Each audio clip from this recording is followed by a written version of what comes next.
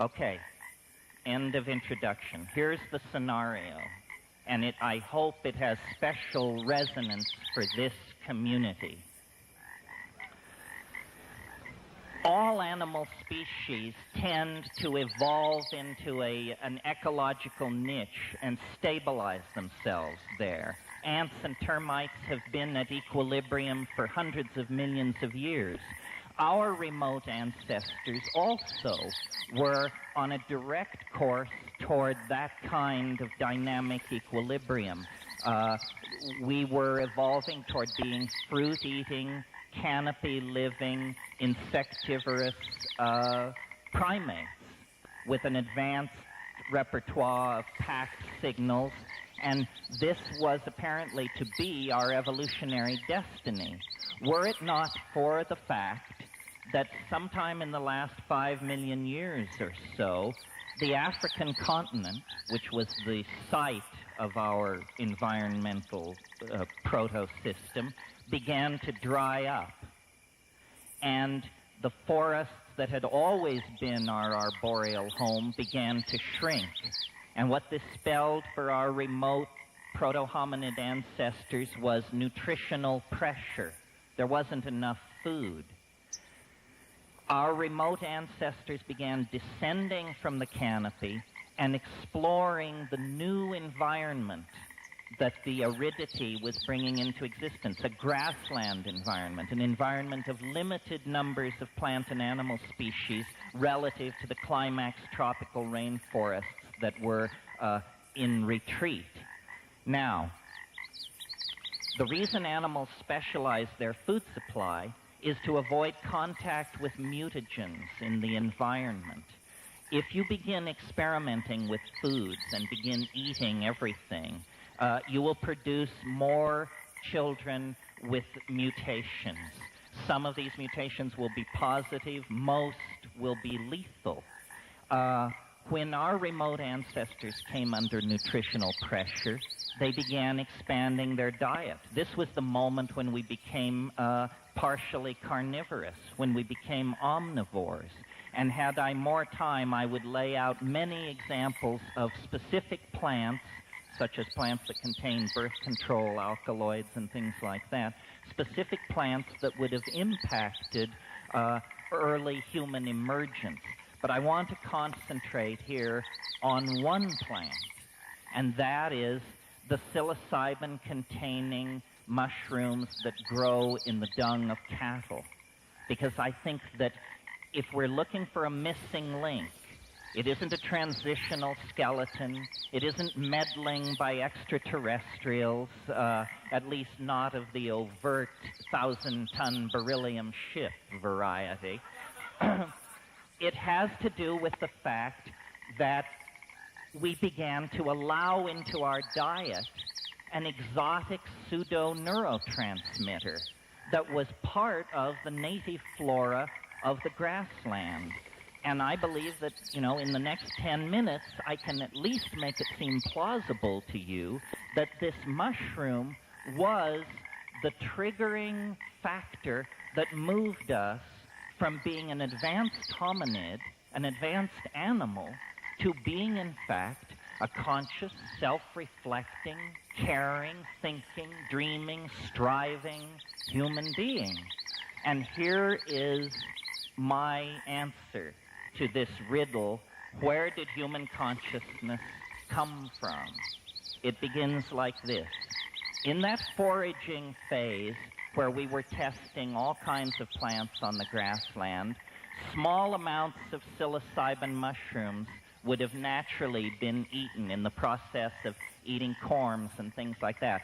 I personally have seen baboons in Kenya investigating cow paddies on the savannah because they know that bug pupa will be under the cow paddies. So the cow paddies are already set up as vectors for possible sources of nutrition. So there is no question that these proto-hominids would have eaten psilocybin in small amounts. And by small amounts, I mean amounts so small that if you were to eat that much, you would feel nothing. But it's this dose level has been studied, and it causes increased acuity of vision. You can actually give people small amounts of psilocybin and then give them eye tests, and they do better if they're slightly intoxicated than if they are not. The guy who proved this, the Viennese psychologist Roland Fischer, when he described these experiments to me, he said, "And so you see, my young friend, here we have a case where the use of drugs actually introduces us to a more true vision of reality than if we have avoided the drug." Scientific proof that the drug is telling you more about reality than if you had refused it. All right, now, what kind of visual acuity is it that is being improved? Well, it turns out it's what's called edge detection. In the grassland environment, where the movement of small animals means dinner, and the movement of large animals means you become dinner, a plant which confers increased visual acuity is going to immediately confer an adaptive advantage on those members of the group that let it in. Those members of the group that refuse it out of aesthetic or gastronomic reasons will tend to be outbred, because the psilocybin-using members of the species will be more successful at obtaining food and at surviving to raise their own children to reproductive age, which is the name of the game in evolution. So that's step one of a three-step process that leads to the explosion of consciousness in the hominid brain. Step two, which should have special appeal for this crowd, is that when you take slightly larger doses of psilocybin, not religiously profound doses, but doses which you definitely feel, psilocybin is what's called a CNS stimulant, a central nervous system stimulant. What it causes in animals is what neurophysiologists call arousal. And in highly sexed animals like primates, arousal means, in the male, erection. So an animal then which is allowing what is essentially a sexual stimulant or an aphrodisiac to enter into the diet, there will be more instances of what anthropologists call successful copulations. And God knows we need that. So if you have more successful copulations, you have more pregnancies. You have a second factor, outbreeding the non-psilocybin using member of the population. Now, something really important here that is this whole thing is my theory, but here's the part of it that I like the best. All primates have what are called dominance hierarchies, or male dominance hierarchies. This goes right back clear to lemurs and the old world monkeys, which are much more, the new world monkeys, which are more primitive. All primates have this dominance hierarchy, and what it means is the sharp-fanged, hard-bodied young males, they control the women, the children, the elderly, all sexual minorities. Everybody is under the thumb of the alpha males.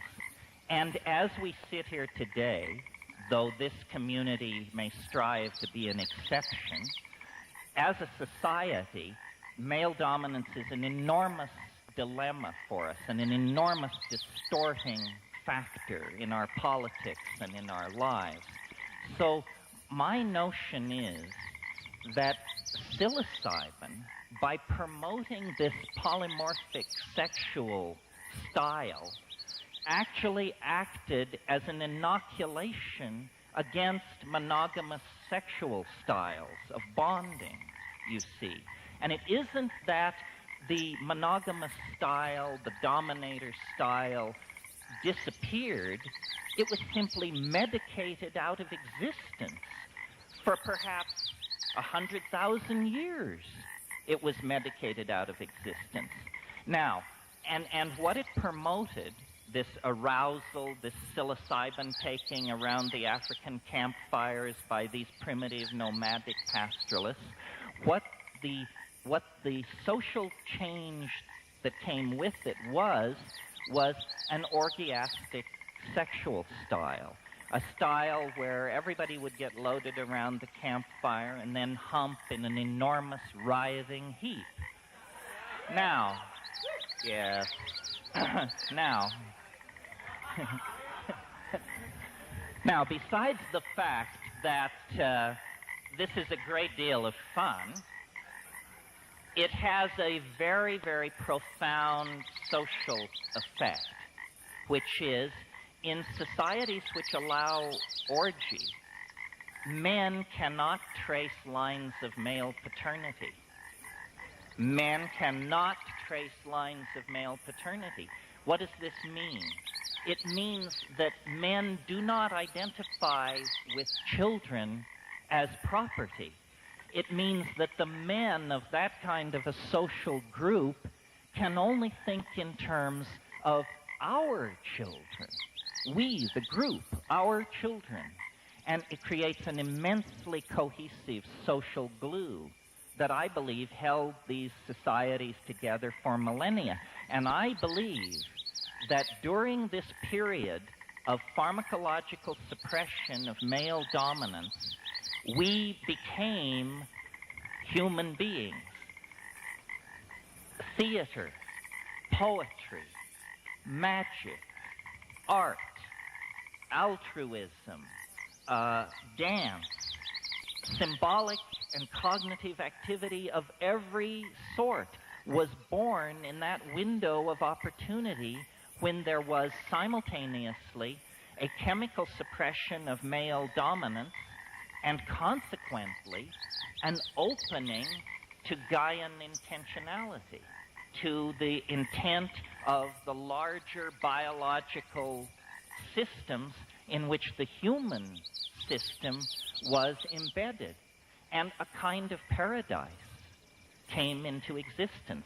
There were actually two phases, one from about 40 to 30,000 years ago in the interglacial, and in that early phase, human beings, cattle, and mushrooms were sort of all swirling together there on the African grassland in contact, but not yet a coherent triad. The second partnership paradise arose at the last glaciation, at the melt, during the last glacial melt, and lasted from about 20,000 years ago to perhaps as much as recently as 10,000 years ago. And it was in that later phase that the Magdalenian explosion occurred and the social forms were put in place that Hellenistic paganism was looking back at with a nostalgic and barely cognizable memory. There was an old memory of a kind of paganism that was old 5,000 years before Eleusis laid its cornerstone.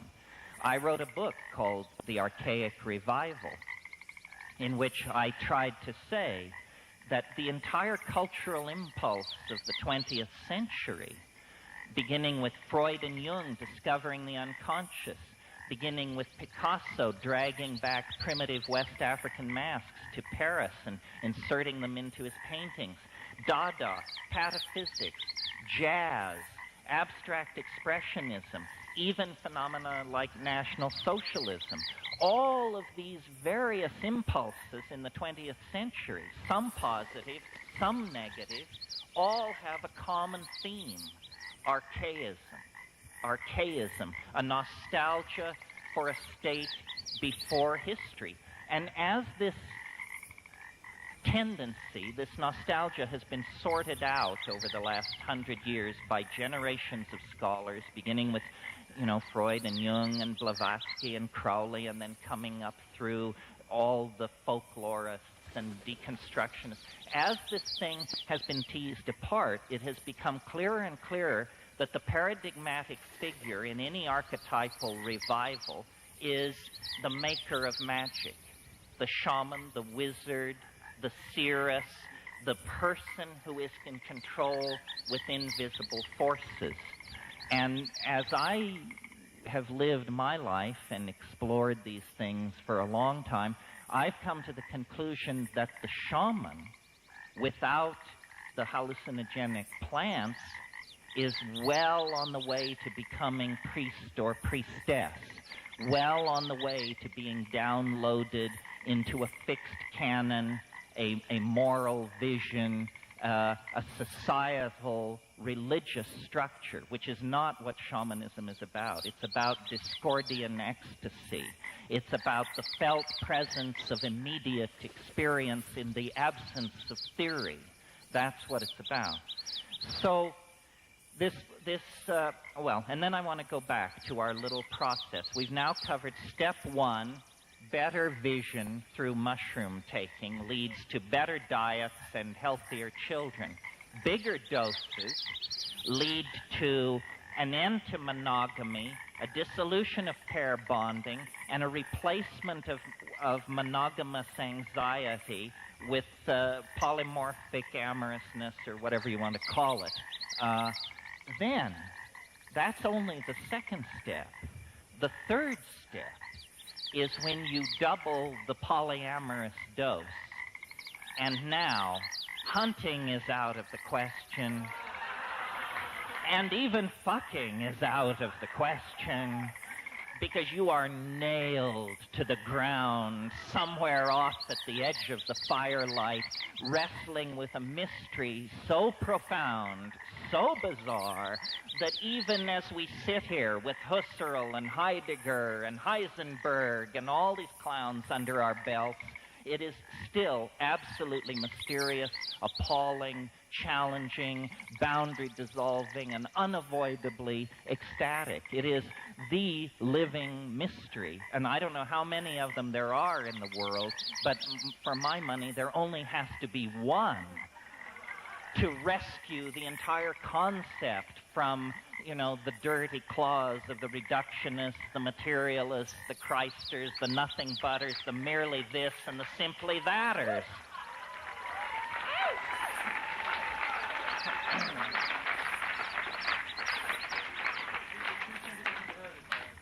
Yeah, I know I'm preaching to the converted, but if I preached to the unconverted, I'd be hung from the yardarm.